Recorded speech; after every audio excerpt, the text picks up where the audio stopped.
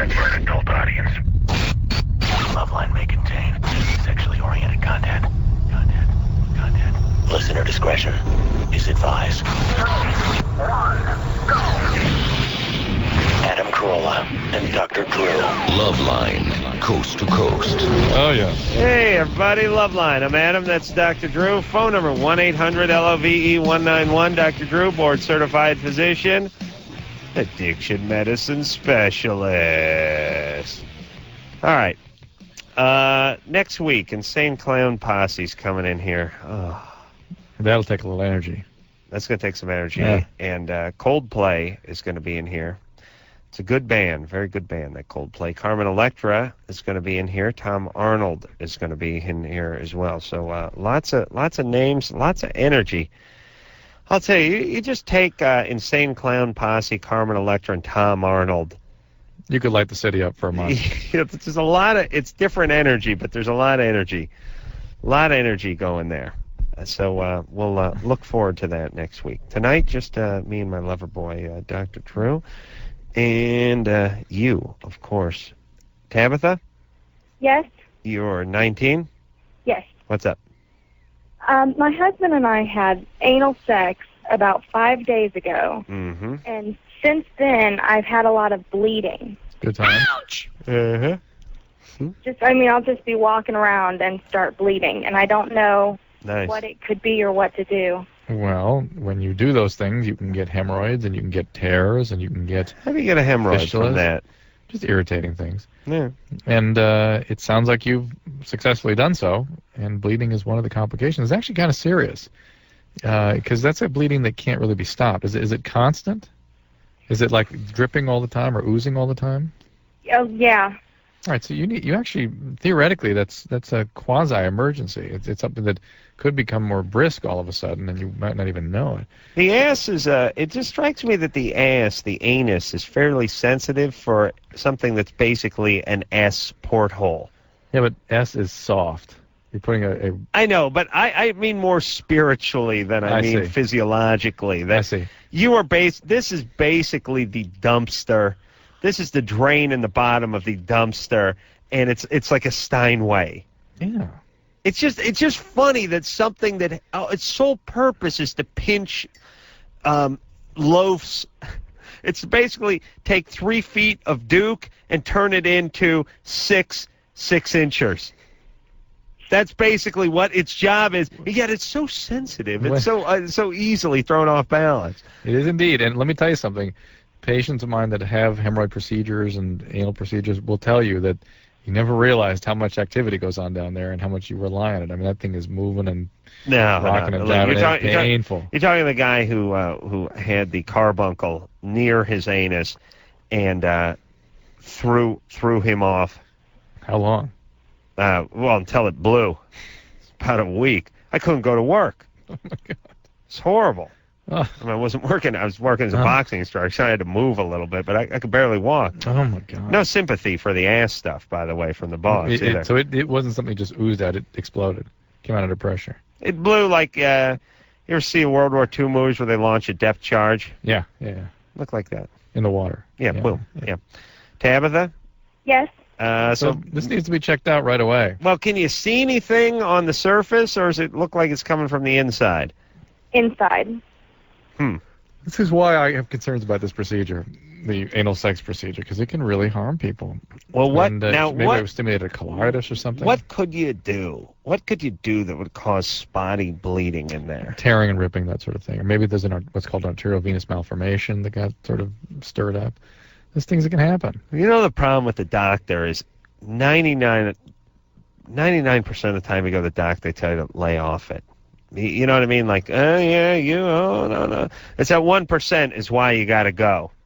You know what I mean? You got to lie down on the table and spread the cheeks and have the guy put the miner's helmet on and go up the rectum. And at the end of the day, it's going to be... Don't do this anymore. Yeah, don't do it. That's the doctor's one. I always love that piece of advice from the doctors. You know, you busted the forearm on the dirt bike. No more dirt bike riding for a couple. Yeah, thanks, doc. That's a genius. You're saying I shouldn't enter the Mint 400 on the way out of here and stay off the thing that actually caused me the damage. Okay, let me write this down. What about bull riding? How about that? Well, ironically, it's always the thing you did. The thing you did to injure yourself. They tell you you got to stop doing that for a little while, which is great. You can hang glide, but stop on mini bikes. That's right. You took a spill on a dirt bike. That's right. You can ride a mechanical bull, but you can't do that. There's that one. I swear to Christ, I don't even bother. If I tore my ankle off and it was dangling just by one piece of leg hair, I would not go to the hospital because it's like. Keep it elevated. Keep those compresses on there. Don't play any basketball for whatever you did. And you know what I'd like to do one time? I'm going to go in there and tell them I did it doing something else so they can tell me not to do that. And then by technicality, I get to do it. I guess what we're saying is you're such a pussy, Adam, that you go to the hospital with all these nominal injuries. No, You've never seen a real injury. I don't. I won't even go anymore. Not worth it. Nick? Oh. Yeah. Nick, you're 20. You're 22. What's up?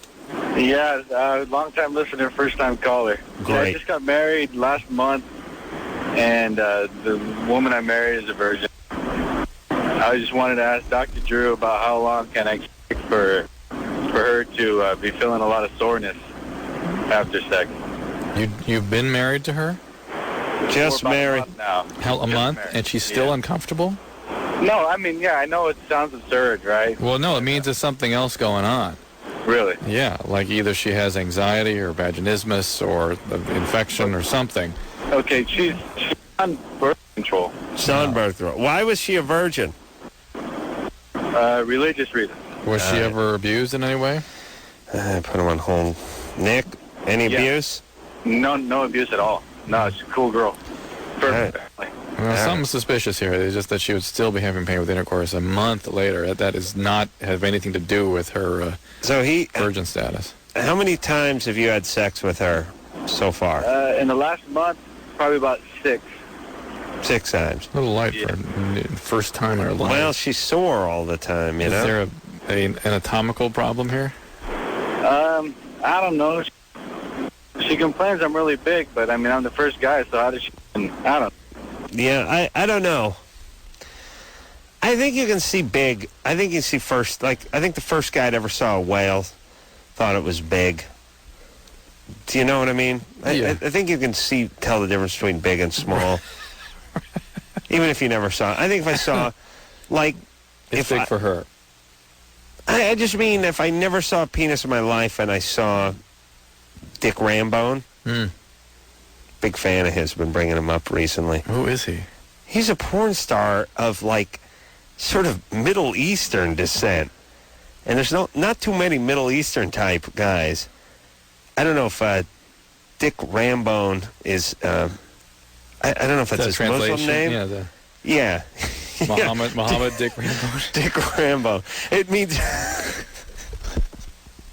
Yeah, it means something completely different in Arabic, Drew. It just happened to translate well into porn here. But I don't know.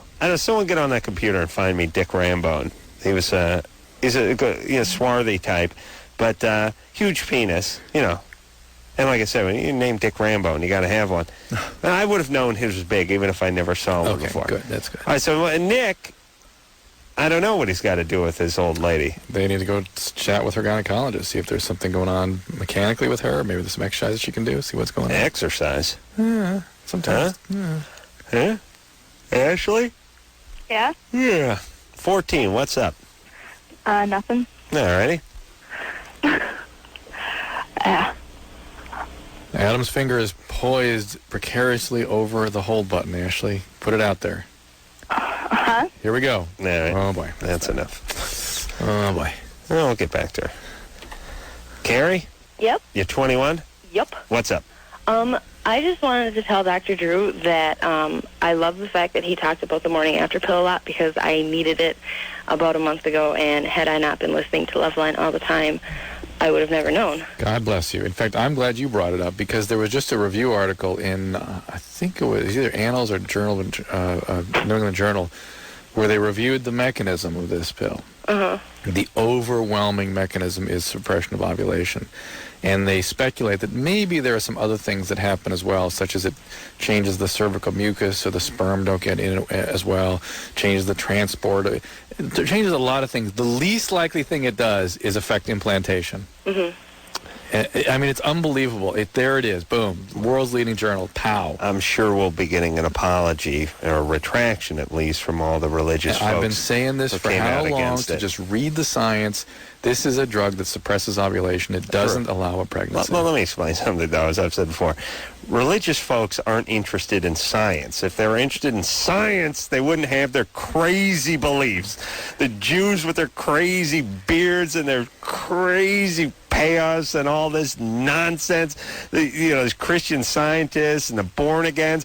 There's not an ounce of science in their life. Are you high? They're anti-science. That's how they have retarded beliefs. It's like, listen, is the Easter Bunny, is that science? Is Santa, is that science? Is any of this science? Well, but of course these retards aren't into science. They argue the science. And they love to argue anything. They think the Earth's 150 years old. They don't know anything about science. That's the whole part. You can't be into science and a serious religious person. It doesn't work. You embrace science, it shoots holes in your religious theories, and now you're screwed. Uh-oh. Now you don't get to go anywhere when you die. All right, so forget about science. Thank you, Carrie. You see how it works? That's why I love these religious folks. Anyway, thank you for taking advantage. And they were suggesting that in this article that it should just plain be over the counter. That's it, like the rest of the world. Oh, yeah. I do have okay, but hold on a second. Now I'm angry. No adverse effects ever from the pill used internationally. Okay, let me say this.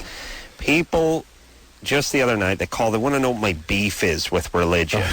This is my beef. You effers are screwing it up for the rest of us. There's no reason why the morning after pill should not just be an over-the-counter pill. There's no reason at all, and it is religious ideology that keeps it from that. Now, it's a combination between religious ideology and pussy politicians who are worried about the religious ideology and the folks that are going to vote them in. Please, who are you kidding, you politicians, showing up at church talking about Jesus all the time? Are you guys high?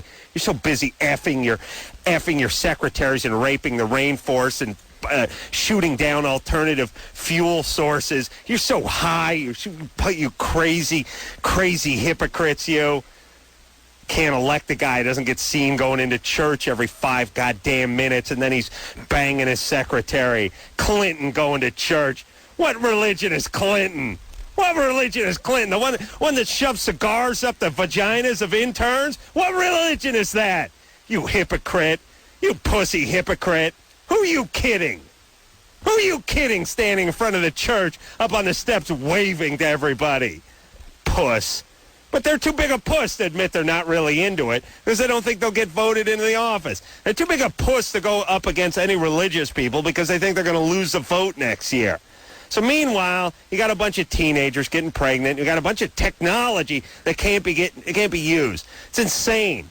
It's really, it's like we turn this whole goddamn country, it's like we're Amish all of a sudden because of religious people. We have technology that can be used. There's fetal research that can be done. There's morning after pills that can be used. But oh no, that's voodoo. No, that's playing God. No, that's dangerous. These are the same a-holes that thought if you went over 100 miles an hour 100 years ago, you'd explode. Listen, you retards, just stop it. You want to do your thing? Do your thing. Go in the church, draw the drapes, lock the door, and do your goddamn thing. Stop screwing up the rest of the world. Idiots. Morning after pill. Not safe? Not safe? Please, RU486, all this stuff. Give me a break. And why are we the only country that's puss enough not to do this stuff? Why, it's religion. Of course it is. It's religion and pussy politicians. Pee-whipped politicians. Guys make me sick. So, Clinton. What religion does Clinton claim to be? Just for kicks, it'd be fun to find out what that guy calls himself. I don't care that he does what he does to his interns. I don't care that he does that. I just care that he's into the religious part of his life. And he's sitting there, he's holding hands with like a Desmond Tutu and Al Sharpton, and he's bowing his head. Are you high? Is he kidding? How come no one says anything about this? Nobody says a word. Oh, morning after. Oh, Clinton. Oh, it's great. It's all fine. No. Well, the data's not in yet. We got to wait till the data comes. The data, my ass. Put this stuff out there. What are you people doing? We need to demand this stuff. It's very ridiculous. Never heard a word about the morning after pill from anybody but this show. What's everyone doing? What's everyone doing? What all you people that do talk shows and radio shows, what are you pussies doing? I got to drop trowel. More traffic. News. Then the grave. That's your life? It's your life? What's wrong with you people? You don't want to do anything? You got a microphone? Traffic. Heine wine. The hell are you pussies doing? This is it. Idiots. They got a microphone, they got a camera, and they got nothing.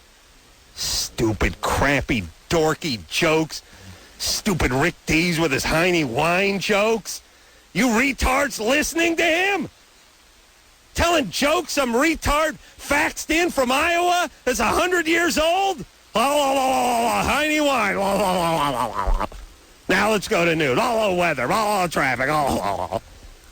Jesus Christ, what's wrong with everybody, Drew? Only you are a genius. Everyone listen to Adam. But listen, let's talk about the morning after pill for just 1 second here. This is just so people understand what it is, those who've never heard of it. It's a birth control pill, just the same old pill you take the normal way, except if you're not on a pill and you have a problem, you had an accident, your condom broke, you can take a pill within 3 days. Actually, this article said you can take it within 5, actually. But 3 really to have about a 70% probability of reducing the risk of pregnancy. It does this primarily, if not exclusively, by preventing the egg from being released. So the sperm never gets there. There's never a conception. There's never any issue about implantation because nothing ever is there to implant. Go, baby. So that's what kills me. Listen, religious folks don't like people having sex. They don't like teenagers having sex. They don't like young people They don't like anyone having sex without consequences. Well, but here's the deal. This is the way we can eliminate abortion in this country, if nothing else, or at least certainly significantly reduce it. I know, but anyone who's against abortion should be 1,000% behind this goddamn pill. Yes, Drew, these people are not against abortion. They're telling people what to do. They're not anti-abortion. They're telling people what to do and setting agenda. Of course it makes sense. You got this whole group that's dead set against abortion. Oh, you're killing babies. You're tearing lives out of wombs. This is horrible. We have to get rid of abortion at all costs. It's murder. All right? Here we go. We got this pill that can stop 80% of abortions. Yeah, that's voodoo. We're not interested in that. Of course they're not interested in that. If you're really interested in getting away, let's just put it. What do you want? Do you want to help kids, or you want? Let me put it this way. Forget about abortion. Forget about wombs and uteruses and women's rights and all that kind of stuff. Forget about human beings. Let's use a business as a model. All right. Let's just say you're a business and you're having difficulty with distribution. Okay. And that's all you do is complain about how you can't do this and how you got a big problem with this. And then someone comes around and says, "Oh, I got a solution to this," and you don't want to hear it. No, somebody else has tried. All over the world they're doing it. And it works perfectly. But you find some crazy, psychotic reason to find fault with it. Of course. And why? You're not really interested in are you interested in distributing your product at that point? No. No, that's the point. You're not interested. You're not interested. You're not really interested in it. No. They're not really interested in stopping abortion. If they were, they'd be into the morning after pill, and they're not. They're hypocrites. It's just like the NRA. They're not really into rights. They're into guns. If they're into rights, they'd be supporting the guys who grow pot plants. Right. They're into guns, not rights. They say rights, and the abortion people say lives. Neither one of them's into either one of those things. Okay. All right. Well, want to hear we'll just say hi to Carrie, who triggered that whole tirade. Huh? Yeah. Oh.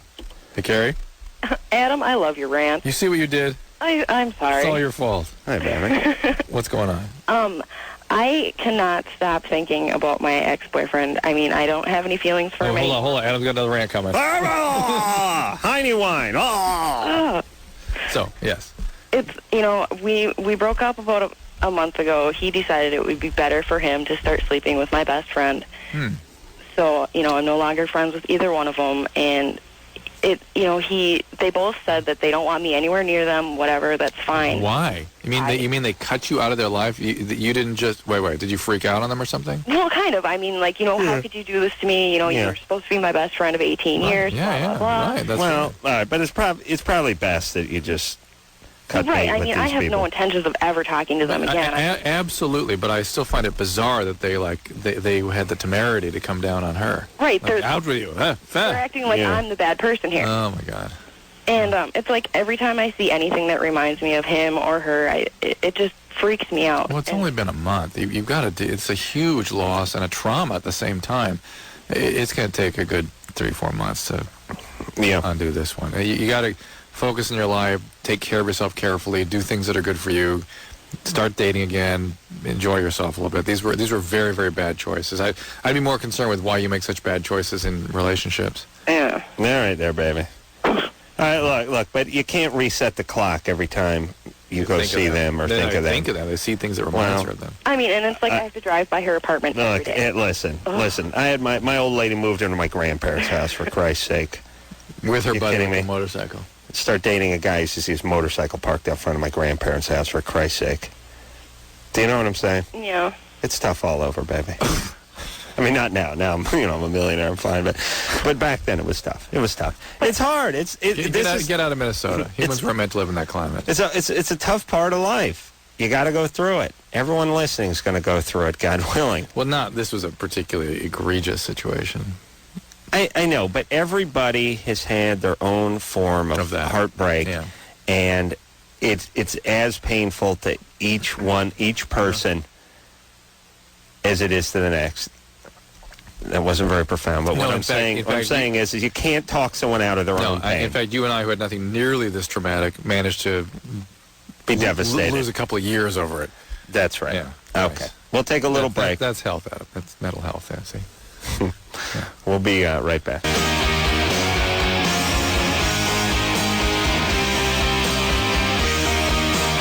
Hey, everybody. Loveline. I'm Adam. That's Drew. Phone number 1-800-LOVE-191. All right. Let's talk to Diana now. Diana, 22 years of age. What's up?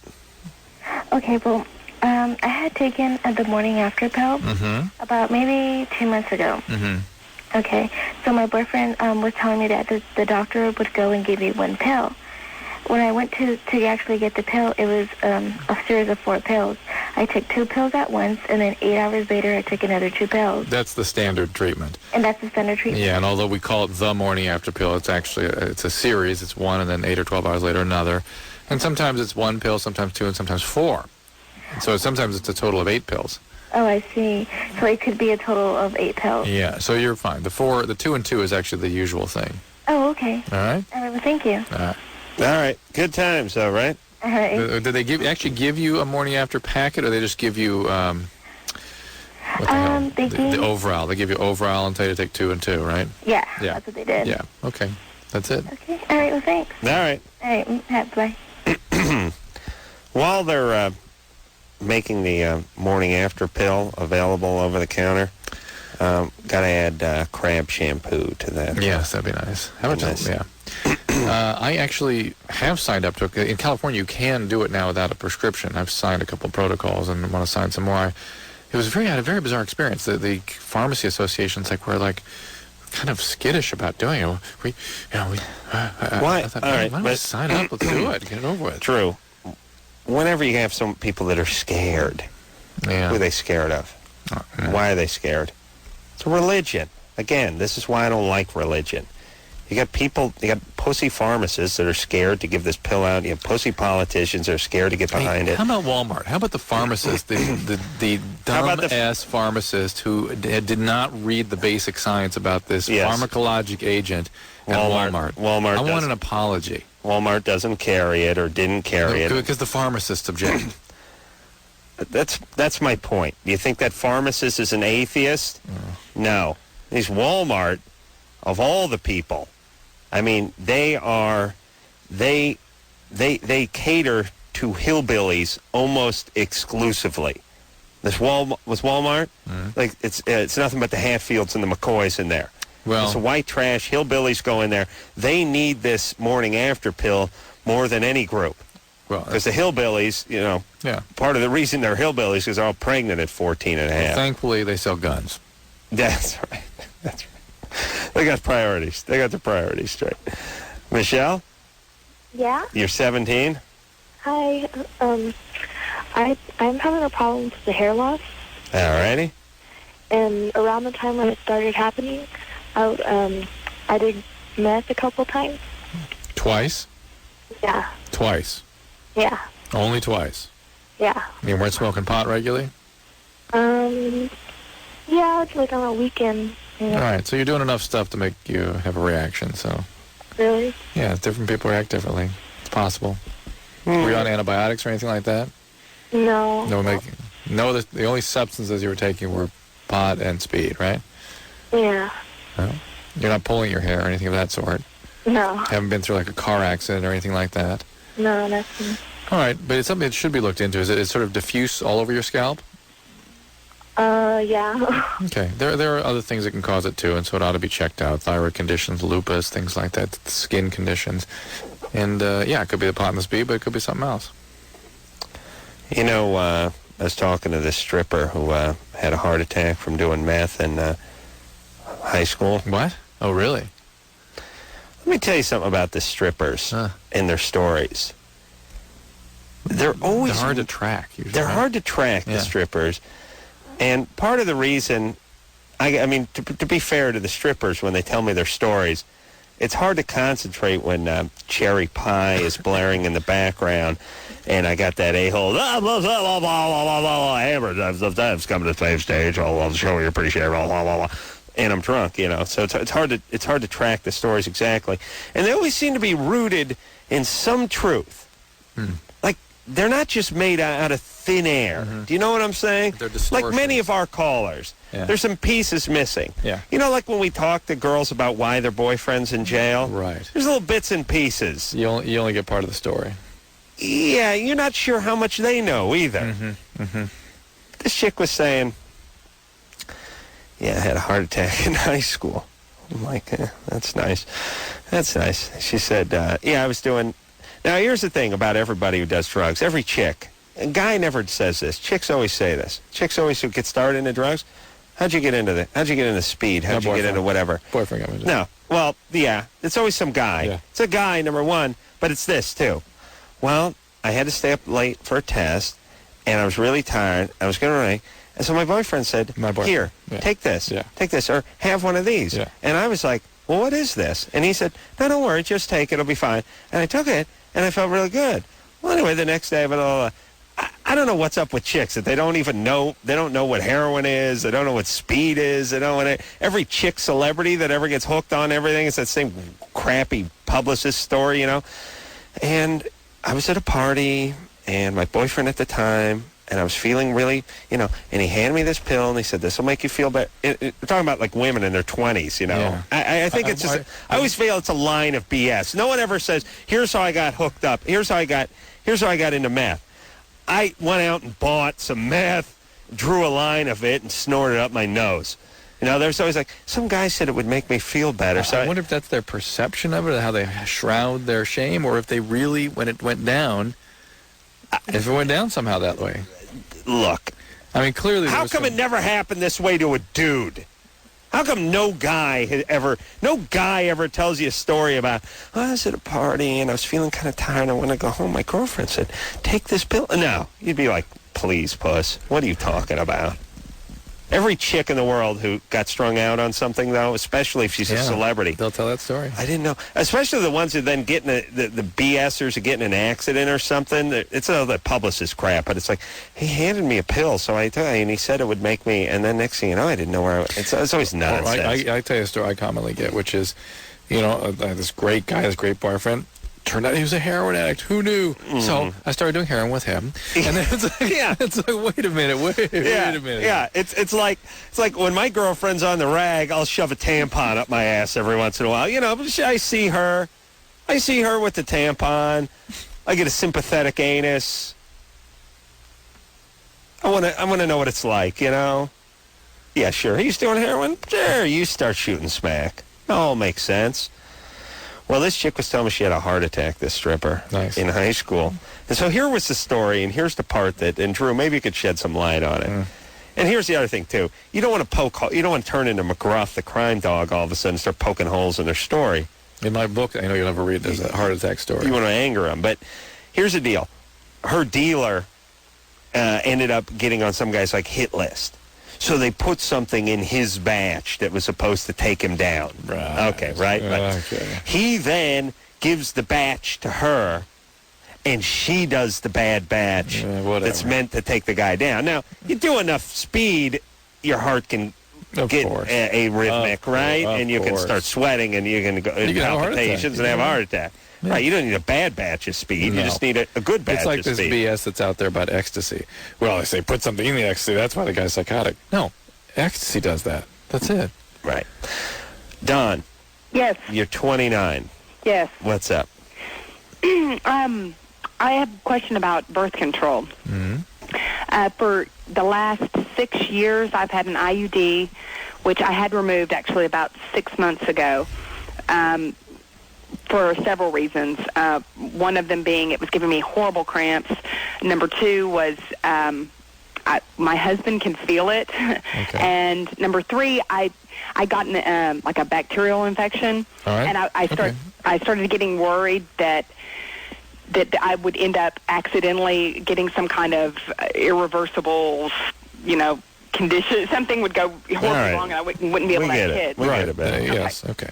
So I started taking the pill, and my husband listens to this show. I used to listen when I was in that age group. He's still in the age group. Huh. He's only 24, so he listens to the show on a regular basis, and Dr. Drew has had a lot of negative things to say about the pill. I say negative things about the birth control pill? Well, as far as I'm bipolar. No, here's what I say about the pill. Women on the pill have less ectopic pregnancies. They have less pelvic inflammatory disease. The risk of pregnancy is vastly greater than the risk of the birth control pill. There's less ovarian cancer, less uterine cancer. That currently now it appears that being on the birth control pill has a net positive effect on health. No, I believe that too. But what I talk about... But all the smack you talk about. Depression. No, I do not talk about depression. Depression I talk about is with the Depo-Provera shot. Okay, well then he's confused. And I occasionally talk about it with the progestational low-dose birth control pills. Oh, Andrea, I got to make this comment. And I don't want to make you feel bad, but we got a lot of dumb people listening to the show. Mm-hmm. And you know how dumb people get stuff wrong constantly? Mm-hmm. They tend to transpose words and directions and things like that. Oftentimes you get the carbon of the actual picture. Do you know what I'm saying? The negative. You get 180 degrees. This is what I'm talking about. The no mayo means extra mayo society we're living in. You go out to a restaurant, you order no mayonnaise on your sandwich.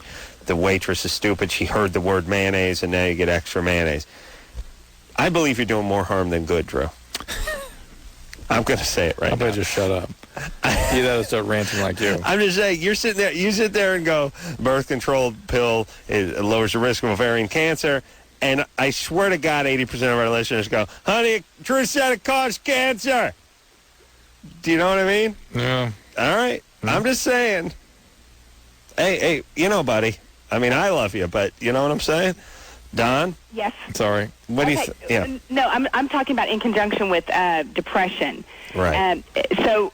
And I know the Depo-Provera, that's the reason I've always bypassed that one, because, once they inject me, if it makes me flip out, there's nothing we can undo it with. Yeah. I know there's some other little things like that Nuvo ring or something on the market. Yeah.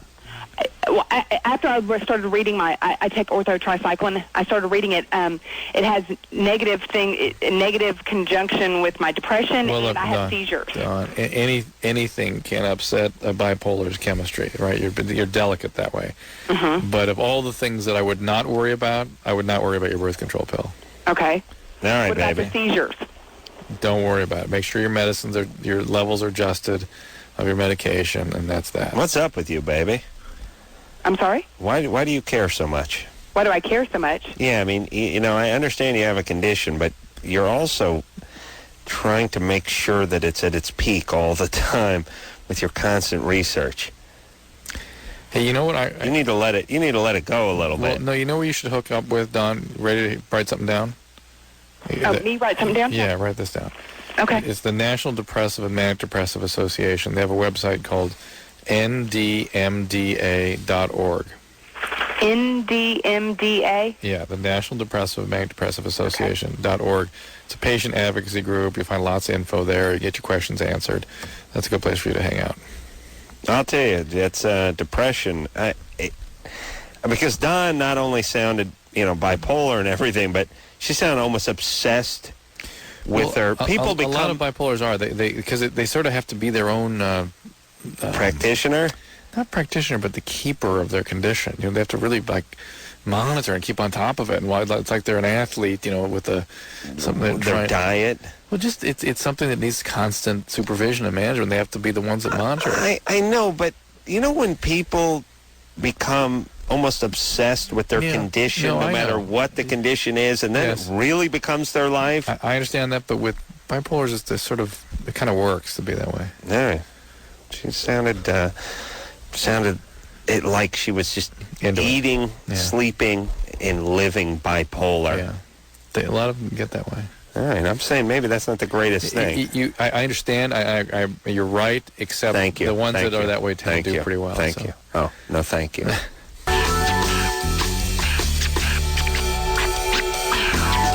Hey, everybody, it's Loveline. I'm Adam. That's Dr. Drew. Phone number 1-800-LVE-191. Insane Clown Posse next week. Coldplay, Carmen Electra, Tom Arnold. Yeah, Drop Trout, yeah, Honey Wine, yeah.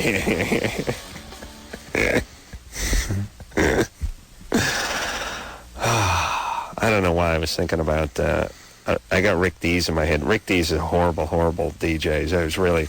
In Los Angeles? I think he's syndicated, though, in hundreds of markets. Really? But it's really... I've never met the guy. I don't know what he's like personally, but it's what's wrong with radio. This is sort of the way I look at it. I saw this big ad in one of the trade magazines where he was #1 and this and that. But,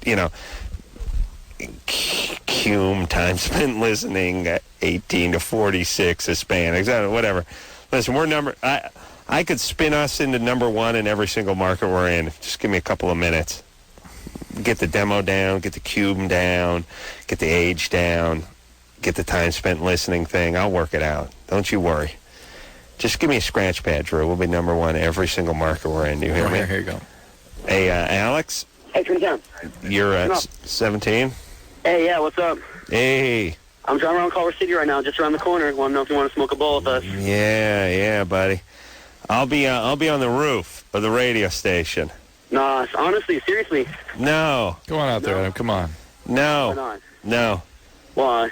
Why? I'll tell you why. Because, first off, I don't believe in smoking marijuana. Come on, Adam. With goofball listeners. You're too young. You're 17. You shouldn't be smoking pot. Why not? You shouldn't. My friend's 18. Friend's 18. I'll be 18 in a month. All right, you can smoke pot. You can smoke pot in a month. You going to college? Yeah, for sure. What college? Oh, no, I'll be a senior. I'll figure out it then. Figure it out when he's a senior. Figured it out yet. Yeah. I'm guessing Stanford. Nah, that's where my dad went. It's not for me. Oh, really? Yeah, I'm taking SAT classes this Saturday. All right. You'll be fine then. Yeah, but honestly, that's why I say you just want to smoke a bowl. Honestly, you produce your show in our city, Culver City Hospitality, that's all. You live in Culver City? Let him come and view the show anyway. No, Drew, I can't. We can't be doing this. Are you kidding? Man, all right, listen. You were such a Alex, Bogart. You're such the man. Thank you for calling. We do appreciate it. Not really, but John, I can't have every jackass that call the show, tell them to come on down. Drew does that all the time. Culver City. If I had a nickel for every arrow I drive through in this godforsaken town, I'd be a rich man right now.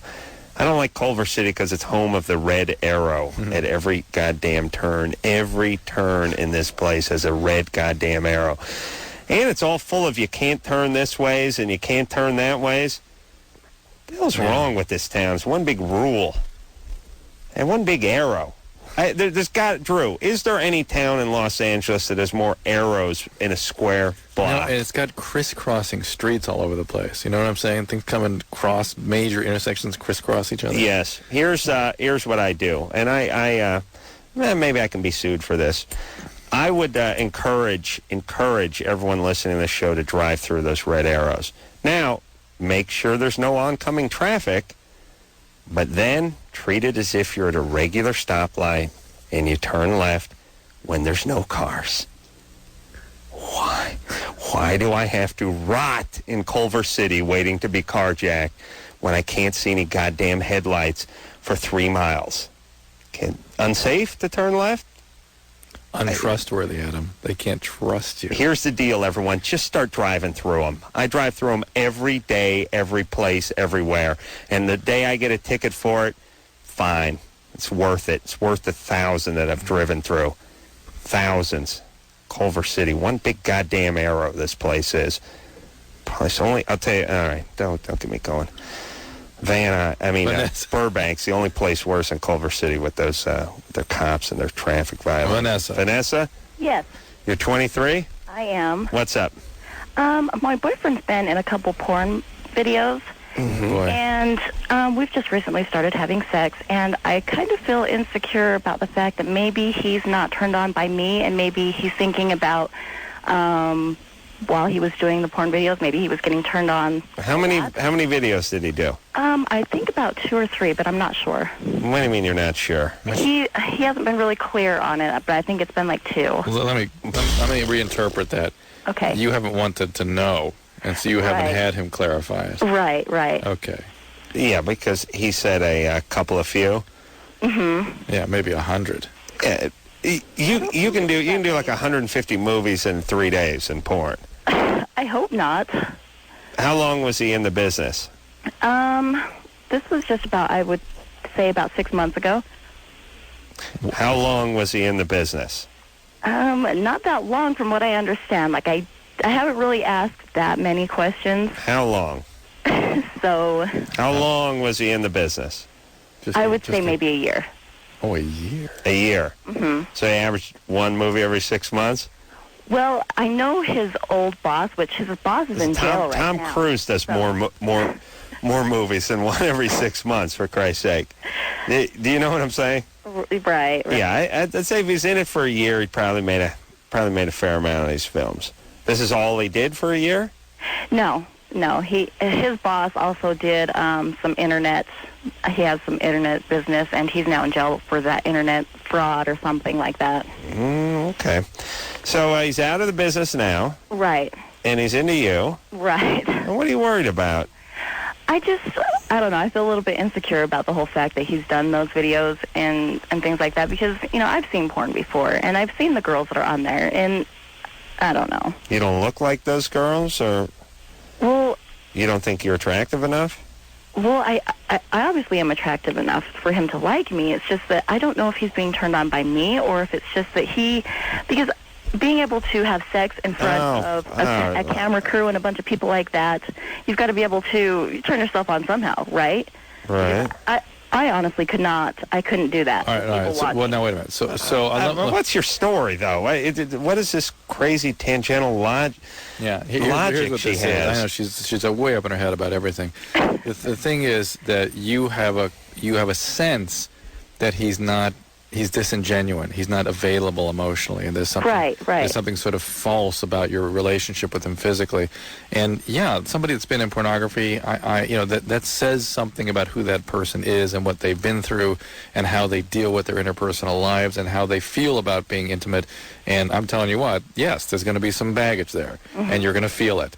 But don't sit around and spin in your head about interpreting and blaming it. And you're way off course. You're way off course. I don't even know what her logic is. Her logic is, it's because he's with more beautiful women, and the reason he doesn't seem present is he has to concentrate so much to have sex now because he's done it in front of so many people so often. Right. I mean, is that crazy logic? Well, and I don't want Drew, to be that way with me. To be fair, it's not crazy. It's retarded. That he can have sex in front of 4 grips drinking a Pepsi. He has to concentrate more to have sex in the bedroom with you alone? The point is he is not present, and she feels that, all right, I understand that. Vanessa, what's up with you? What's wrong with you? What's wrong with me? I mean, you're so... Why would you put up with this? Why would you be so emotionally disconnected? Well, he's a great guy. He really is a great guy. Yeah, you're just not there. All right, yeah. There's some vibe you're getting off of him, and it's not a good one. Possibly. All right. And then you're in massive denial about that. Are you a child of an alcoholic? What's that? Are you a child of an alcoholic? Yes. Yeah, I figured. All right, baby. So this is about that. How about some Al-Anon for you? Some Al-Anon? You're in massive denial. It's not funny. You're in massive denial, and you better start dealing with that. Yeah, I see where you're coming from. Go to Al-Anon. Listen, Vanessa, I'm not coming from anywhere, but the truth. How did I know your dad was an alcoholic? I don't know. I just guess? Yeah. You're behaving like a classic child of an alcoholic. Listen, I'll forget it. Vanessa, just go do what you're going to do. Okay. All right. Okay. Yeah, she's going to anyway. All of you, just go do it. Just go do it. Just get it out of your system. Don't listen to anybody. Follow those instincts. Remember, those instincts are what got you where you are today. Living in Utah, making $9.75 an hour and dating an ex-porn star. You can't abandon those instincts, baby. That's your bread and butter. You're like a cat. You follow those. You get a sense. You're like Spider-Man. You know, see what I'm saying? That's what got you the gig working at the video store and dating the guy with the thong-back tan line. You can't abandon that, Drew. Stick with it, everybody. Follow those instincts. The ones that got you all the bad roommates, the bad relationships, the crappy cars, the warrants, all the cleaning deposits you lost from your apartment buildings, your folks not talking to you, the ones that knocked up your old ladies, the ones that got some kids that not talking. Stick with those instincts. They've served you well. Don't listen to Drew. Stick with the instincts.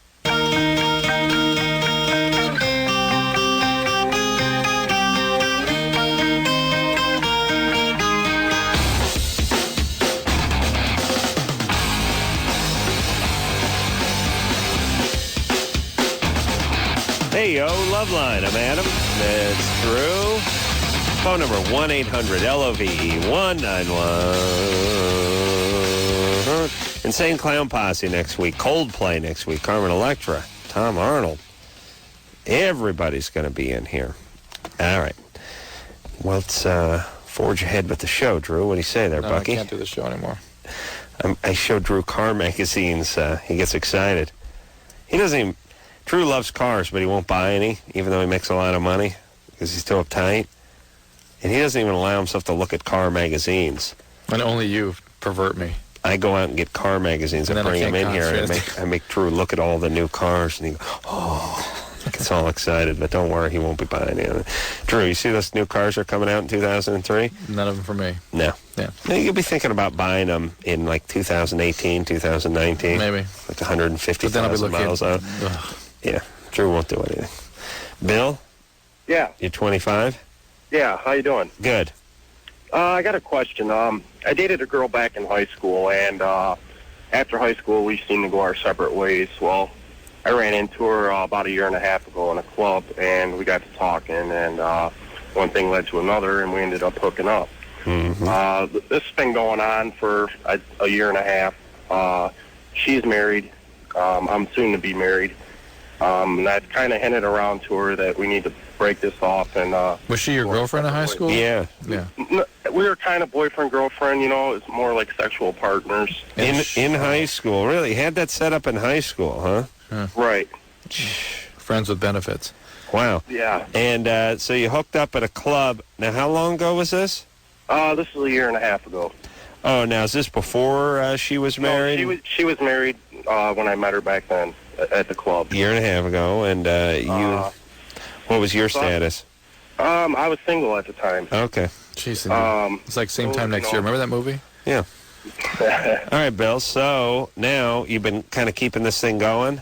Yeah, but not as often as it was before I got with my fiance. Now that I'm with my fiance, I'm trying to cut her out of the picture. Mm-hmm. She calls all the time. She's wanting to know why I don't call her back. Right. Basically, she's into things that I'm not really into. What does that mean? She likes him to choke her while we're having sex, pulling her hair. So she's pretty crazy. Stuff like that. And, Yeah. I'm not into stuff like that. And, This is somebody that could start sort of stalking you when you... Right, and, and that's my impression on it. I believe she's starting to stalk me. She knows I'm about to be married, and I'm not sure what I need to do to get rid of her. Well, it's tough because when you tell a crazy chick no, they really get they really get into you. Right, and she's having her friends call, and what are her friends saying? It's choking time. Come on by. No, they're just why won't you call her back? She really wants you to come over. This on your cell phone or? Yeah, she don't have my house number. All right, that's smart. Okay, Bill, here's what you need to do. All right. You need to, basically, I'll tell you what gets rid of people. Change your cell phone. Well, it's just like attrition. Yeah. Two, you stop calling back. You stop. Do you pick up your cell? No, I let it go to my voicemail. You let it go to your voicemail. Just don't ever call her back. Okay. That's all you can do. People, even crazy people, run out of steam. They run out of steam. But she could get kind of wacky on him. And if she does and starts, monkeying with the fiance or God knows what, get a restraining order. Keep bringing the force of God to bear on her. Things can get bad. These are the consequences for your actions. You've got involved with someone that's, got issues, and you sort of exploited her. She's not your girlfriend.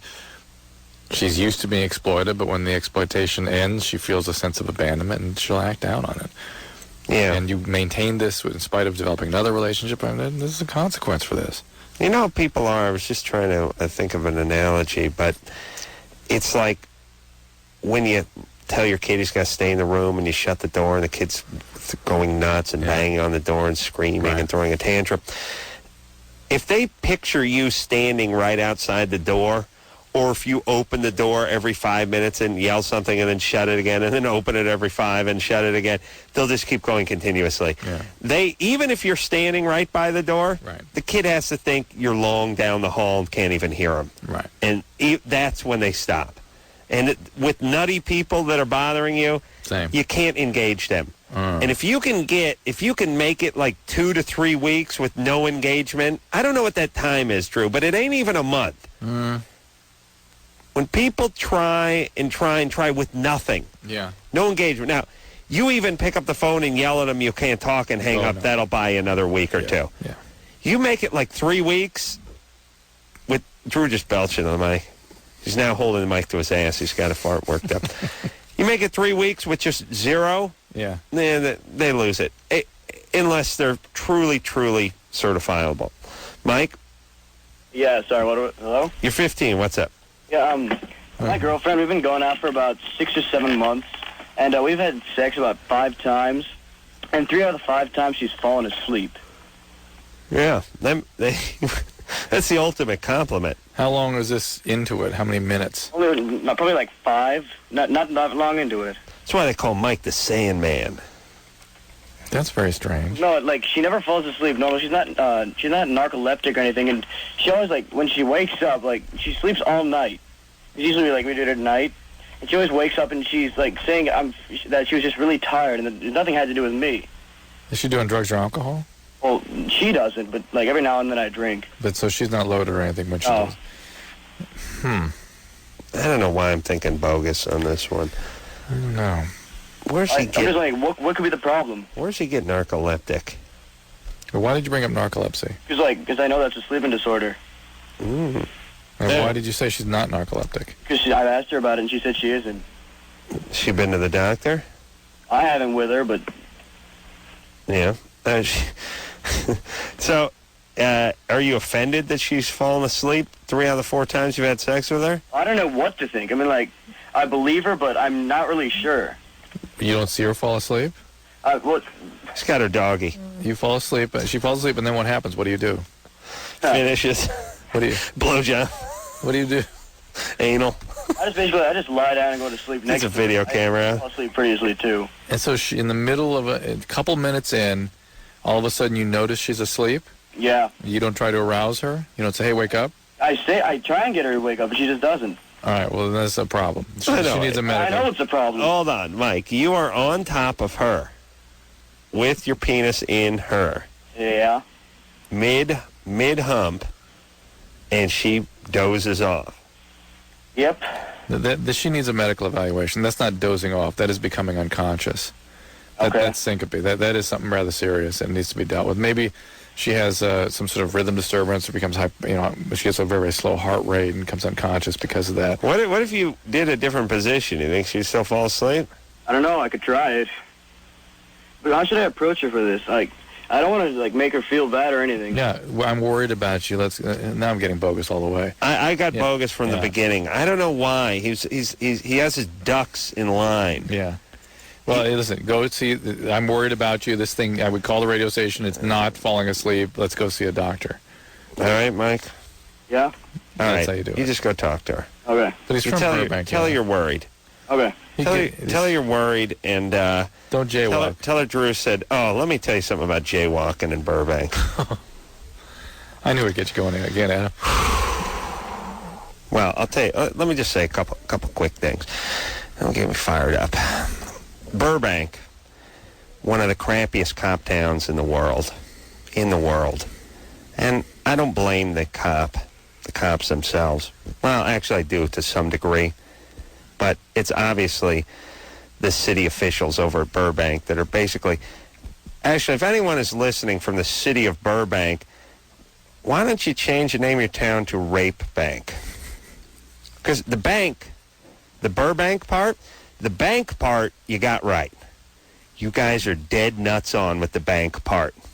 You know, the part where you pull people over for chicken-ass stuff constantly and get money from them? No bigger place than that than Burbank. And the bank... That's a perfect half of Burbank. But the Burr, that doesn't make sense. That's like, ooh, is it cold? Is it Raymond Burr? Doesn't make sense. Rape Bank, now you got the bank and what you do to your citizens who drive and who walk. That would be perfect. So, Burbank, the city council, you guys listening? Rape Bank would be nice because, yes, this is the town. Everyone I know drives through Burbank gets a chicken-ass ticket, by the way. This is the town, by the way, where I got the ticket for jaywalking, except for I was in the crosswalk. Yes, but... What, did you step outside of it or something? No. The problem is I stepped off the curb when the light was flashing. And even though I made it to the other side well before any traffic had come or the light changed, I made it to the other side so long before the light changed that the cop that gave me the ticket drove through the intersection the same way I was going after I was on the curb. Still wrote me the ticket. He wrote me the ticket, and I said to him while he was writing the ticket, "Really, are you really writing me a ticket for crossing in the crosswalk at the signal in the beautiful city of Rape Bank?" I think I'm on to something here. Bank. You got the bank part, guys. Sounds like it needs more like dry anal rape bank. Dry anal rape bank is what we should change the city of Burbank to. And I said, it's a pretty city, too. It's lovely. If you like gray, burnt orange, and tons of traffic cops writing chicken-ass tickets, it's your kind of town. And I said, I'm going to fight this ticket and win. And he said, be my guest. And he wrote it and handed it to me anyway. And then I took a day off work, and I went down to sign up to fight it. And then I took another day, and I went down there. Why another day? Well, you don't get to fight. You don't get your day in court. You got to take a day off to go down there, and then you got to take another day off to go fight it. Oh, but guess what? I won, everybody. And, Drew, guess what I won? Nothing. I won, because I didn't have to give the city of Rape Bank $80. That's winning. It's great. These guys should open a casino. You lose, you get 22, we win. You get 21, you don't lose. Yeah, that's great. That's great, everybody. Yeah, Burbank, open a casino. Goddamn rapist. Why don't you have a policeman's ball over there if you need money? Please. Make me sick. My dentist was telling me the other day that he's got an office over in Rape Bank, and he said that they were using a cop as a pedestrian to run back and forth across the street. They did that in Pasadena too. Yeah, across the street where it wasn't at the crosswalk. And see if people would stop. And if you don't stop, even though the guy's not at the crosswalk, you get the ticket. The motorist gets a ticket. But here's what I want to say: and all towns give this ticket out. It's not just Rape Bank, or the Rape Bank actually goes out and drums up business. That's God bless them. God bless them. But here's the other thing too. Evidently, no crime going on in this town other than rich people driving. But here's the thing. Either you give the ticket to the guy who's crossing the street, or you give it to the car that didn't stop. You can't give it to both. Right. You give the guy the jaywalking, he gets a ticket, and the guy who's driving the car gets it. Which one is it? One that can't both be illegal. One of them, someone's at fault. Who's at fault? Who? If it's a guy who ran across the street, if it's his fault, he gets the ticket. Yeah. Then don't give me the ticket for driving the car. They give it to both. Didn't you have a problem with the judge too? I probably got in trouble. I probably had a problem with the judge when I want to know what I was getting. I want to sue Rape Bank. Did he respond well to that? No, he didn't. I want to sue. What did he say? I don't remember what he said. It wasn't good. It wasn't good. I want to sue because I want to be compensated now, you pussies. Please. How dare you with all this nonsense? Burbank, chicken-ass town. Drive me nuts. And listen, all you cops over there planning on beating the crap out of me next time you pull me out of the car in Rape Bank. I don't really blame you. It's the powers that be over there. Don't give me this crap about, we got problems with pedestrians. You got nothing. You got problems with pedestrians. You got problems with pedestrians crossing at the crosswalk, at the signal. How many people walk in Burbank? I don't know. I'm just saying, enough. Enough with this. You cops, you do what we tell you to do. That's your goddamn job. You do what we want you to do. That's what you do. Amy. That's your job. 21. Why should it be any other way than this? What's up, Amy? Drew, seriously, Rape Bank. Do you think it'll work? Trianal Rape Bank. Trianal Rape Bank. Amy? Thank you. It'll be great. Are you... Yeah. He's done. Go ahead. Shut up. No, I'm not done. I mean, the beginning of the Jay Leno show can say, from beautiful Trianal Rape Bank in Southern California, it's Jay Leno. I don't know. I don't know if Trianal Rape Bank rolls off the tongue as well as Rape Bank does, Drew. You're right. All right, Amy, go ahead. Hello? Yeah. What's up? Basically, when I put in a tampon and then when I take it out, it comes out, it's like I pull it out upside down. It's like, I don't know why that happens. So it's like she's able to tie the cherry stem in a knot in her mouth. No, people can do that with the cigarette in their mouth, too. They plant it on their tongue, they bring it in, they spit it out again. She can do that with her vagina. Interesting. So how do you get it out if it gets spun around? You just kind of have to pull it out. So the string is up inside, right? Yeah. You just have to pull it out. It's just in the nature of... But you don't get to use the string, right? No. You hook the finger. Right. Well, I'm down with that. That sounds bizarre to me. Quite a talent. You can imagine people walk, the things can kind of flip around. You know what I mean? If the pressure's exerted. Yeah, what do you think? You think it would do this if you didn't move? No. No way. You got to run in place. You got to do like flash dance, kind of maniac kind of dance. What's up with you and the nose and the phone, Amy? Huh? Yes. So what? What's that crazy nostril sound in the phone? I guess I'm a little nervous about calling. I might. Oh, baby, don't worry about it. Don't worry about that. Mm-hmm. So here's what I would say. Mm-hmm. Put it in upside down and let it flip back the right way. Okay. Put it in string first. Okay. Does it flip every single time? Not every time. How long do you have it in for, on average? A couple hours. 2 hours. Maybe you need to step up to the super absorbent size. Is there an overnight flippage? That's normally what I use. Is there an overnight flip? No. I don't really pay attention. Sometimes at night, sometimes during the day. It just. It's kind of bizarre. I don't know. I don't even know what to say. I don't know how to explain it. Well, you've done a good job so far. It's an interesting anomaly. I've never had this before. You should go on the road with Jim Rowe's sideshow or something. It's like, all right, this one trick takes 32 hours, but it's worth it. Okay, she's put the tampon in. Everyone has witnessed this, right? Yeah. Put it in with the regular applicator. Put it in butt side first. I think she ought to contact David Copperfield. Dude, what are they? What do you think? Drew, what is the name of the business end of the tampon or the applicator? They have like a butt and a strike side or a heel or string and the applicator. It's about all the parts. There's no stock and barrel? No, not that I'm aware of. Seems like the barrel would be the end and the string would be the stock part. Something the barrel would be the applicator. Yeah, that would be that. But the front of the tampon. I saw a commercial for, they're making the maxi pads for the bigger gals now. Oh. That was a nice visual while I was eating.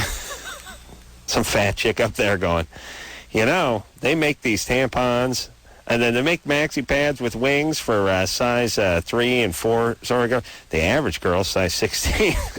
Now for the husky, and I'm picturing just some moose with a bunch of discharge.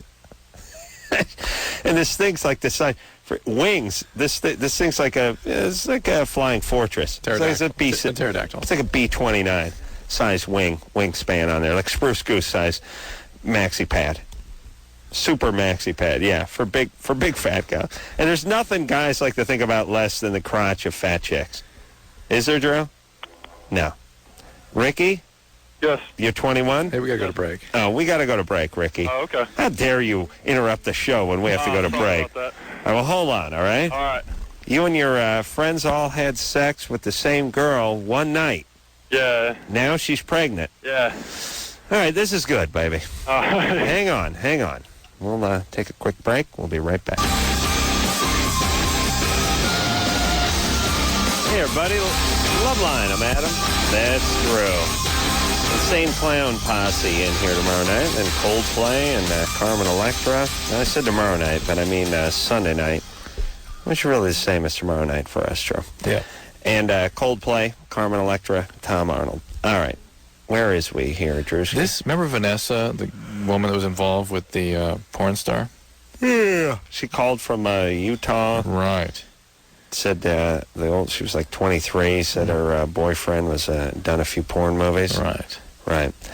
Now Vanessa's boyfriend is calling in. Yeah.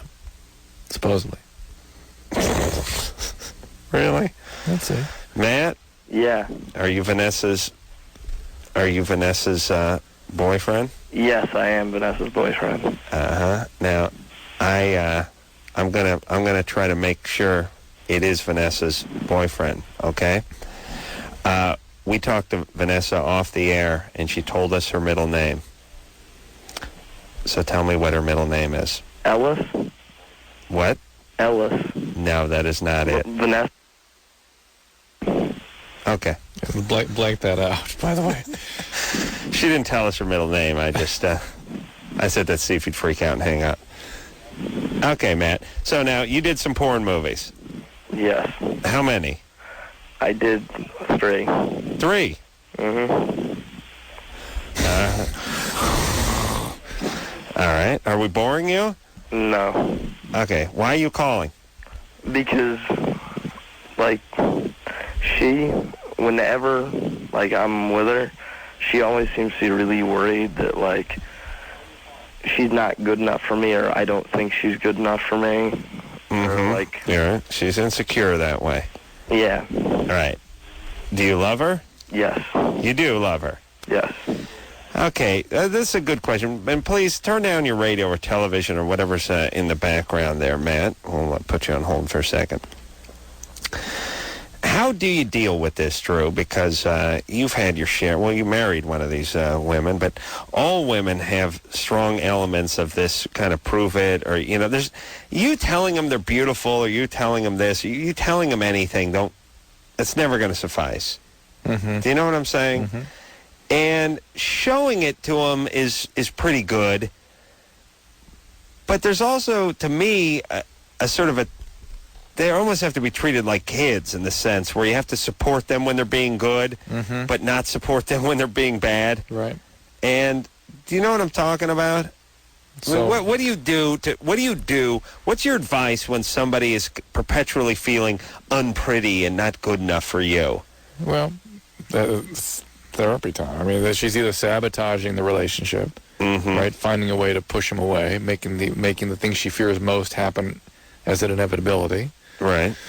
Or tell her to cut it out. Well, telling her to cut it out, though, as we know, doesn't work. What do you tell her when she does this, Matt? Usually I just try and ignore it and just let her know that I love her and that... You're 19. Yeah. How old is she? She's 23. Yeah. And anything unusual about... She said she was a child of an alcoholic. Anything going on with her life? No, she's sober. She'll drink occasionally at clubs. What does she do for a living?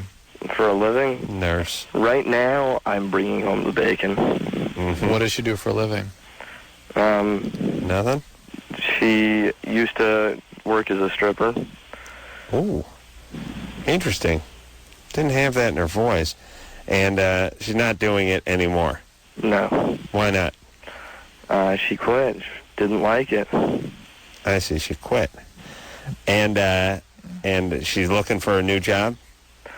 You know, right now I just got a new job myself that pays really, really well. Right. And pretty much no.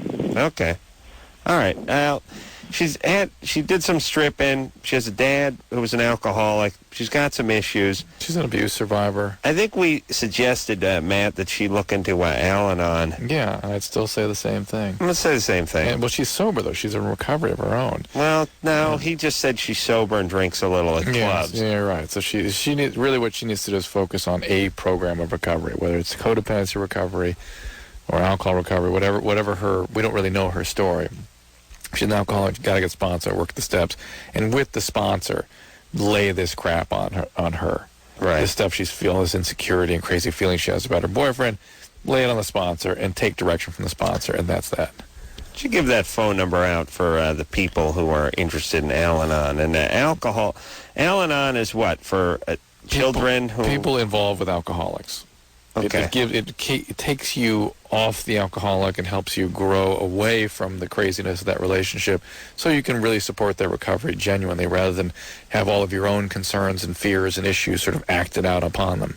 The number for Al-Anon is 888-4-Al-Anon. 888-4-Al-Anon.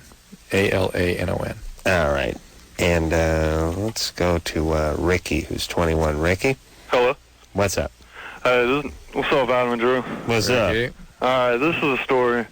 About 5 or 6 months ago, me and two of my friends were at a party. I met the girl first. She came home. We were all pretty well drunk and messed up, and I slept with her. Later that night, my roommate slept with her, and earlier that next morning, another one of my friends slept with her.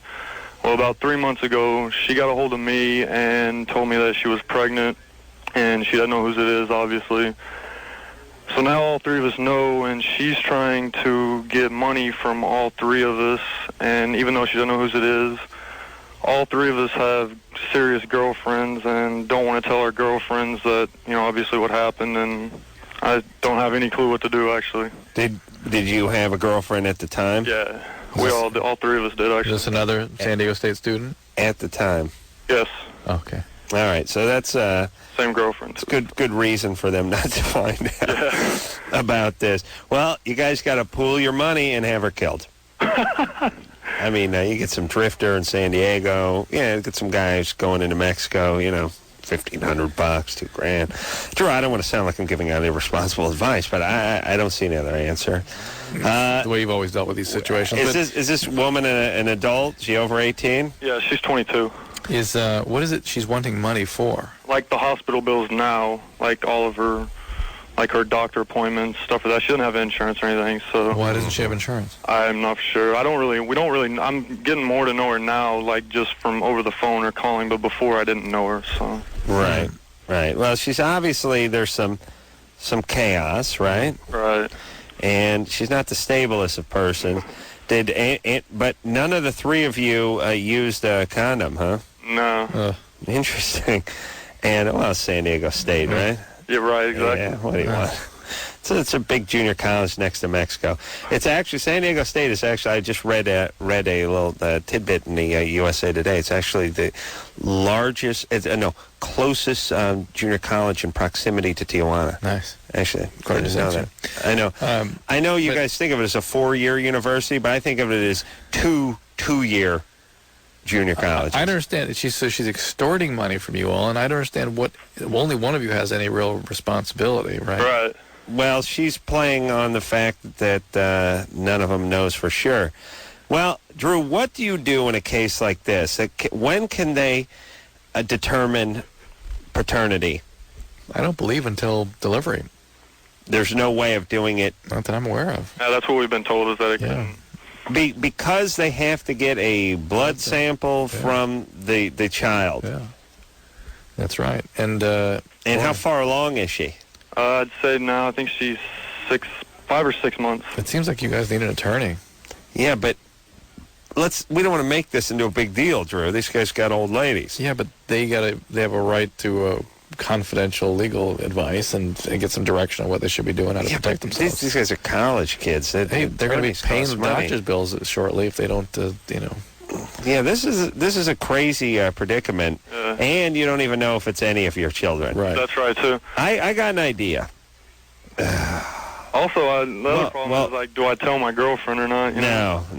How dare you flirt with the truth? Did you have her, was she your girlfriend at the time this happened? She's been my girlfriend for a long time. Goofball. All three of them. Drew, what show are you listening to? I heard that they now have girlfriends. It wasn't clear that they all at that time.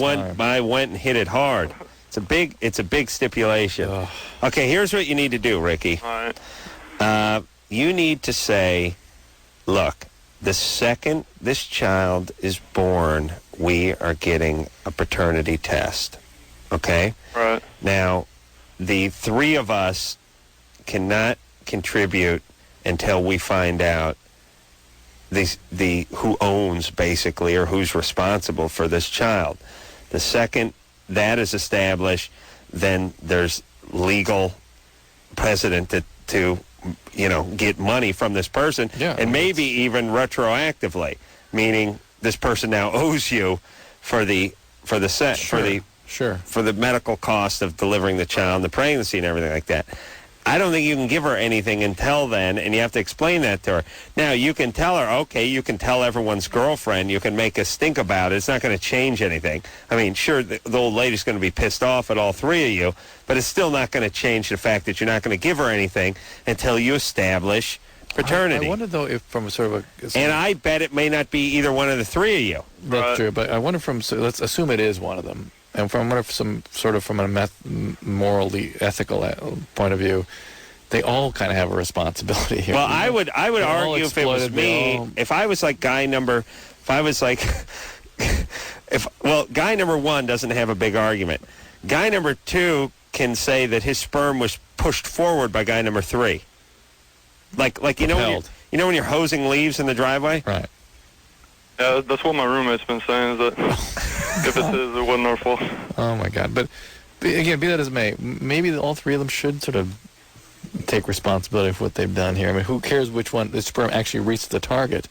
They all were... Well, what do you mean? Who cares what when there's a liquor store holdup and the clerk's dead, who pulled the trigger? Everyone pulls the trigger. It's whose bullet killed the guy. All right. Please, Drew, you make a horrible attorney. But if somebody... Everyone in San Diego should all join in and pay for this kid. If somebody's standing next to the guy who's pulling the trigger and somebody's driving a car for the guy who's pulling the trigger, they all share a responsibility in the crime. Right, but the one that's going to do life, the one that's going to get the capital punishment is the one whose bullet dropped the... whatever the nationality, I mean, we know he's not a white guy, but whatever the guy's nationality was of the guy behind the counter at the convenience store, Drew. Good times. It could be Korean. I don't know. Ricky? Yes. Okay. Sorry, buddy. Get an attorney, right? No, you don't get... Established paternity. Drew, you're thinking get an attorney. 21-year-old college students getting attorneys? Go to Legal Aid Society. Just get some direction. You do it for free. Okay, all right. Go to Legal Aid Society and get some direction for free. There you go. I'm with you on that. Tell her you need to establish paternity. John? Hello? You're 24? Yeah. You got 7 jaywalking tickets in Burbank in 3 months? Yep. They're really concerned about the health of their citizens over there. Rape bank. Why did you get all these tickets? I work at the Disney Channel building. Right. And there's this... Oh, on Olive and Riverside? Yeah. Right where Riverside and Alameda cross. And there's a little street in between there. And there's just like 7 cops that just hang out there all day. Near the Bobs? Yeah. Where you and I used to... Remember that? No, that's not near the Bobs. It's about like a block and a half away. Yeah. It's a lot of... I think there's like... Rape bank has like 4 motorcycle cops for every citizen. Dry anal rape. Darbank. Dry anal rape bank. Darbank. Yeah. Okay. That doesn't make sense to the people who don't know what we're talking about. Yeah, it's a lot of that. 7 jaywalking tickets. Yeah. Thank goodness. Well, you really learned a valuable lesson, John. It says one of them was when you were on crutches. Yeah. That's the important part. Yeah. I don't know... I'm not sure what they do with their money in Rape Bank because the place looks like crap. It's certainly there's no beautification program that's going on in that godforsaken dump of a city. John, it was in the same little street every time? Same street, and I'd gotten to know the cop after a while because he's the guy working there. Yeah, I know. You know, when Jimmy used to work at K-Rock, when K-Rock was in Rape Bank, he knew his motorcycle cop who gave him all the tickets, too.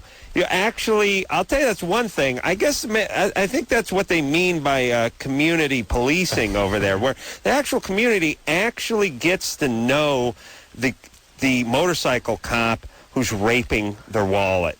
It's lovely. Did he have an explanation for his diligence? No. Do you have an explanation for continuing to walk across the same damn street repeatedly in spite of knowing there's a cop sitting there giving out jaywalking tickets? Well, the first time I crossed in the middle of the street. Yeah, how about the 7th time? Right, no. After that, I tried it again because I kind of forgot. I guess I was like Homer Simpson or something. Yeah. And how about the 7th time? Yeah, no. But then like the 3rd or 4th time, I'd see the cop that I'd realize and walk all the way down to the crosswalk. Yeah. The light there, it's green for like 30 seconds, and then it just turns like yellow and red. So he would like follow me, and I'd walk across, and he'd be waiting on the other side, and he's like, you didn't make it, I'm sorry. Really? Yep. Yeah, the same thing I got at the Signal. That is nuts. I know. Listen, they have no shame. They have no shame in that godforsaken city. And why, thanks for calling, John, why anyone would want to live in that smoggy pit, that hellhole, that ugly, ugly hellhole, and why all that industry doesn't support them. Too bad the Man Show's not filming anymore. Listen, I wish that all the businesses that were in Burbank, all the Disneys and the ABCs Warner Brothers, all those places would just send a memo out to the Burbank PD or the Rape Bank PD and explain to them, if you don't stop harassing everyone who drives through the city, we're just going to pull up roots and move. They pay so much in taxes, and they just get raped by those cops over there. All right, it's great. Yeah, you're saving lives, though. Saving tons of lives. Oh, why do I have to drive through that crappy Rape Bank again? I know I'm gonna get pulled over, and there's some cops that's gonna try to kill me. It's gonna be great. Drew, if I come up missing, this is what happened. What? Where? A Rape Bank. Thank you. We'll be back.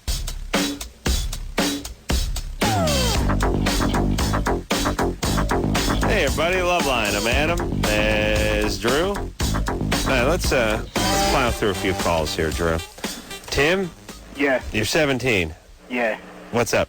I've got a 21-year-old girlfriend, and about a couple months ago, I bought an LSD pill from a friend, and it turns out that it was a pregnancy, or what do they call that? Birth control? Yeah, it was a birth control pill. Mm-hmm. And we've recently, wanted her to get pregnant. Why? You're 17. My own reasons. Our own reasons, I mean. Well, what are they? I'd rather not discuss them, but... you raising someone for ritualistic abuse? Is that like some sort of cult practices? He wants to play on the same high school team as his son. I see. That's his...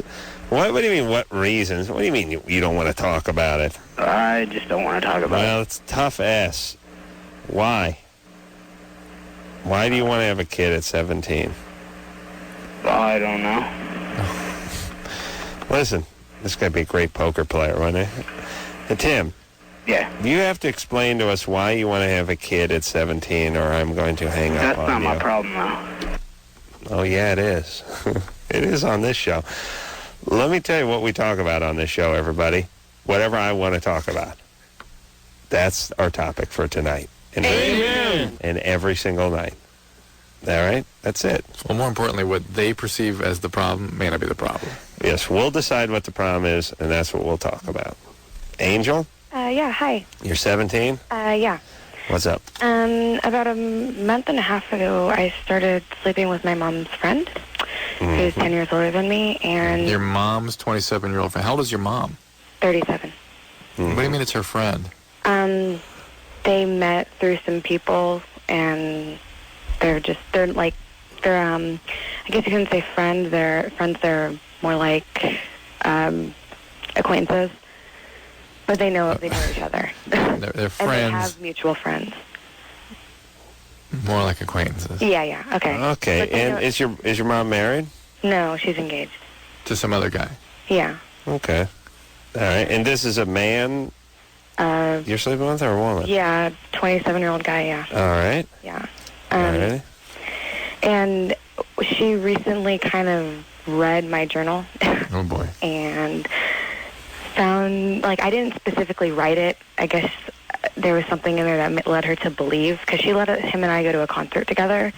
And I guess she suspected ever since then. And she confronted me about it. And now not only are her friends basically telling me that there's all these things about him that I don't know. And like what? Like he got with this 14-year-old girl or something that basically looked 8, and that he's into younger women. And well, we know that for a fact. Okay, well, why are they hanging out with this guy if they know all this about him? Well, I don't think they're hanging out. All these people kind of do something in this. I hope no one's listening, but they all know each other in some way. It's not like they're hanging out. Are they involved in a similar church or project? Yeah, they're all Santeria. What is it, church? Santeria. No. It's in the arts. Theater or something? Yeah. They're all rodeo clowns. Yeah, okay. Okay, so they all hang around with this guy. They all seem to know the guy's rap. And you've sort of fallen victim to this guy. No, I don't have feelings for him. I don't want a relationship, but... All right, well, then you'll have no problem cutting him out. Well, I kind of do. I enjoy the friendship. Oh, wait a minute. Oh, wait. I don't have feelings or I do have feelings? Which is it? She loves the I friendship. enjoy the friendship, and that's why I keep telling everybody, but no one will listen to me. Well, you know what? I'm sorry. They're right for not listening. Yeah, you're not convincing anyone, least of all us. What friendship do you have with this guy who likes to F kids? I enjoy sleeping with him. Yeah. All right. That's not a friendship. Where's your daddy? I don't know. He's somewhere back east. Yeah. I haven't talked to him since I was... well, having an unavailable man is something that feels good to you. Yeah. And it's not a friendship. It's not a friendship. That's somebody who's exploiting that part of you. Exploiting? Okay, but so that this is not functional. This is... So then you're... First of all, given that you don't have any feelings for him and it's not a relationship, what do you care? Okay, I enjoy the company of Look, him. Angel, stop Enjoy trying to the convince. Yeah, try the to company of him raping you? No. It's not like that. I'm so close to being 18. It's not even funny. All right. But listen, here's the thing. Here's what goes on. Your daddy cuts out... Adam. No. She's just coughing. She's No, fine. I'm nervous. I'm just... You're okay, baby. Hey, baby. Okay. Yeah, hi, Adam. Hey, we're cool. I Don't know worry you are. about That's why I Drew. called. Don't worry about Drew over there. I'm not. Drew's Drew's great, though. He's all right. He's got his panties in a bunch tonight. Okay, here's the thing. Yeah. And here's what goes on. Uh-huh. Your dad splits and leaves you sort of in this state emotionally. Then you hook up with a guy, and I don't mean you, I mean everybody and you. Then you hook up with this guy, and to you, it doesn't feel like you're being exploited because it feels good. Mm-hmm. Because this guy pays attention to you, he's older, he sort of fills that daddy void, and it feels good. And when Drew, we try to explain to people, oh, you're being exploited. It's easy to say to a guy you're being exploited when he's working in a salt mine for 5 cents a day. Oh, yeah, he feels exploited. But tell a guy he's being exploited when what he's doing feels good, and it's hard for them to believe especially when exploitation is all you know in an intimate relationship, is what you expect from intimacy. Yes. Now, here's the deal. Angel sounds relatively mature for a 17-year-old. She's close to 18. Maybe she's a little wise beyond her years. This guy's not a great guy. Awful guy. He's a bad guy. And she needs to know that. And her mom's instincts are right, even though her mom's a piece of work, too. And all the friends in the acting troupe or whatever are right, too. Yeah. Okay? I don't trust this guy. It's not going anywhere. And stop trying to convince yourself that, it doesn't mean anything. It's okay. It's just a friendship. I just enjoy his company. Nonsense. All right, I got to talk to someone real fast. Zane? Yeah. Your friends, your folks are fanatical, religious folks? Yeah, I've, been homeschooled, my whole life. Oof. And, I'm, going into my high school year, and I'm, still being, homeschooled, and it's, really depressing. Oof. And I only go to, this, 1 day a week school, and I don't really have, much of a social life. And I'm really depressed. What religion are your parents? They're Christian. Jews don't get into that homeschooling business. No matter how fanatical they are, they're not into it. Because they're into competition. Yeah. Plus, you send a guy to public school's free. What's the big deal? He should stay and wear out our carpet when he could go for free. Hey, Zane? Yeah? There's no real good answer here for you because you're 14 and it's going to be difficult to tell you, you don't really have any rights. You're not emancipated or anything. Try to convince him to let you go to school. Try to convince him to let you go to school. Otherwise, go away to college. Soon, maybe you can get into college early. That can be your goal. You ace all your graduate high school at 16, go to college. Do you take the, now we take your HSATs, your home SATs, administered by your, who does that, like the mailman? Okay. We're going to take a break. We'll be right back.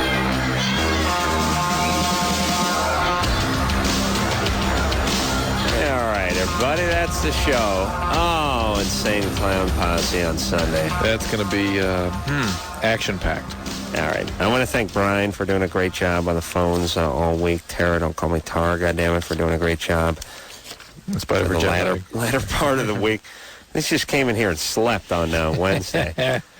And then I want to thank Lauren. Stop flipping them pages, Drew. I want to thank Lauren for doing a bang-up job all week, and Ken for doing a very nice job filling in for Engineer Anderson. So, until next time. This is Adam Carolla for Dr. Drew saying, mahalo. This has been Loveline. The opinions expressed on this show are not necessarily those of the staff, management, sponsors, or this station. The producer for Loveline is Ann Wilkins Ingold. Loveline is a presentation of Westwood One Entertainment.